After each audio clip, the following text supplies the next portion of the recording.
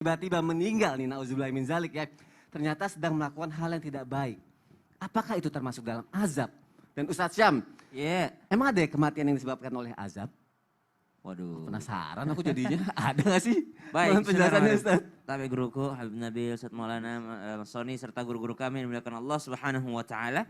Kalau tadi guru kami menjelaskan tentang kematian orang-orang yang derajatnya tinggi karena disebabkan oleh mereka yang berjihad fisabilillah, yakni sedang menuntut ilmu, maka izinkan kami menjelaskan apa yang dikatakan oleh Al-Quran tentang orang-orang yang zalim.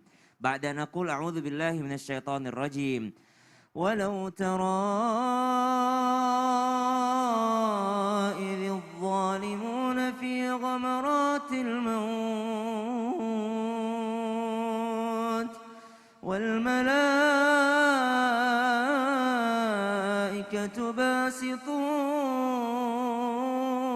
aydihim akhriju anfusakum.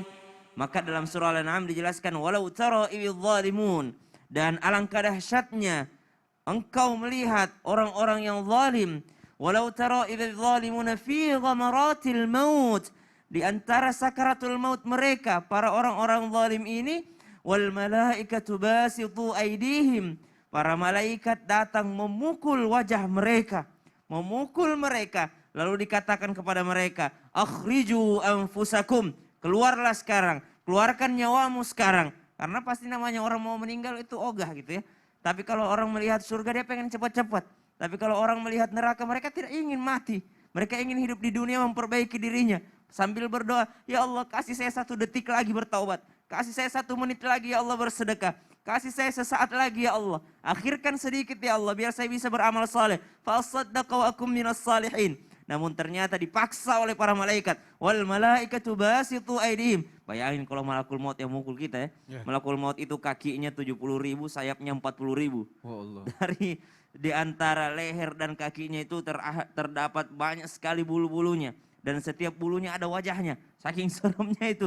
Gimana kalau malakul maut? 1 kakinya berada di langit ke-7, 1 kakinya berada di jembatan yang memisahkan surga dan neraka. Subhanallah. Bayangin kalau sekelas malakul maut yang memukul kita, yang memaksa kita keluar daripada tubuh ini, yang memaksa untuk dicabut nyawa ini. Maka subhanallah kalau dikatakan bagaimana azab bagi orang-orang zalim ketika sakaratul maut, maka tersiksanya seperti itu.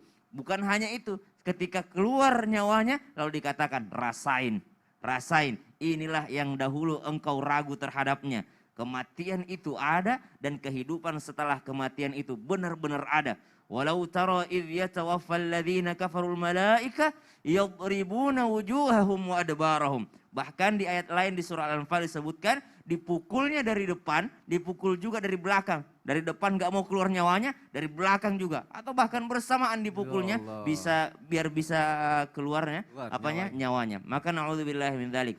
Semoga kita tidak termasuk orang-orang yang pernah menzalimi orang lain. Jadi kalau dikatakan azab Allah, adab Allah itu bagi umat Nabi Muhammad SAW itu ditunda sampai akhirat insya Allah. Atau dimaafkan oleh Allah Subhanahu Wa Taala. Tapi yang namanya orang zalim itu pasti merasakan sakitnya kematian. Naudzubillah min dzalik. Kemuliaannya menjadi umat Nabi. Betul. Masya Allah, terima kasih Ustadz Syam untuk penjelasannya. Semoga ini menjadi pelajaran penting untuk kita jamaah yang ada di rumah. Dan ingat akan kematian. Pagi hari ini kita akan belajar, insya Allah kita bisa mati syahid. Insya Allah. Amin ya rabbal alamin.